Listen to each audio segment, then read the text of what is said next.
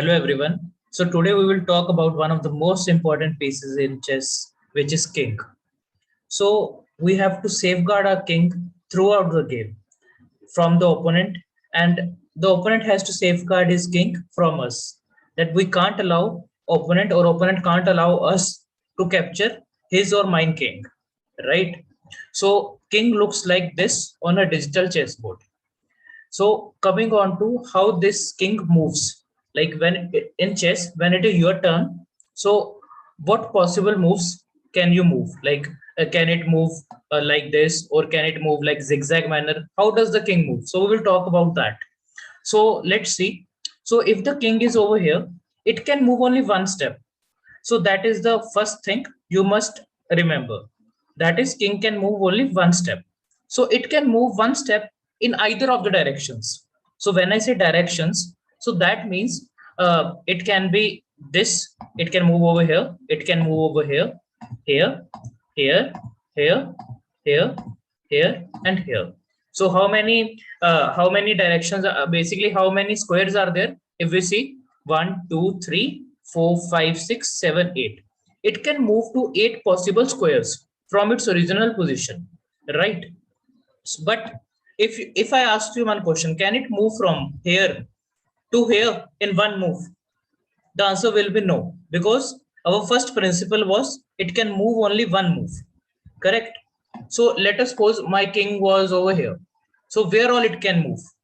First of all, it can move only one move, right? So it can either go over here, correct? Or it can go over here, correct? Or it can go over here. So how many squares are possible if king is present over here? So 1, 2, 3. King can move over 3 squares, correct? So if the king would have present over here, so how many squares it can go? 1, 2, 3, 4, 5. Got it? So I hope this is clear. And just as a homework, you can take you can take this. Suppose the king is present over here. So you have to tell me which squares it can go.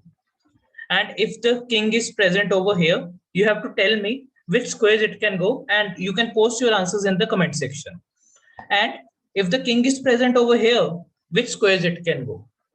So the one doubt which you will be having is, how will you post it in the comment section? Like how will you post, like in which squares? You have to name that square, right? So in the previous lecture, we have seen how to name a square. So a king in chess annotations, when we write the annotation, when we write our moves, so king is denoted by K symbol, K. So if we see its original position, let us suppose king is over here. So its original position is K. What is this? C. And what is this horizontal line? 2, right? So it is KC2. Its original position is KC2. And if it has to move to this square, so what will be its final position? C3, right? So we will write KC2 minus C3. Minus means we are moving from KC2, king, from C2 to king to C3, right? KC2 to KC3 or KC2 to C3. Either of these two annotations are correct. Got it?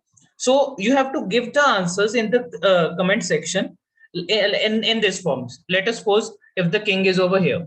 So I will write in the comment section, its original position is K F4, and it can move to K F5, K G5, K G4, K G3, K F3, K E3, K E4, and K E5. Got it? So we will write, let us suppose if it was over here. So how will I write it? I will write it, its original position is K A2, and it can move to hyphen A3. And if I have to move this from here to here, then I will write K A2 hyphen K B3. Hyphen K B3 or hyphen B3 also. Because we have already specified initially that it's the reason that we are moving a king. We have already denoted by K. So we don't need to write, when we are writing the destination square, we don't need to write K again.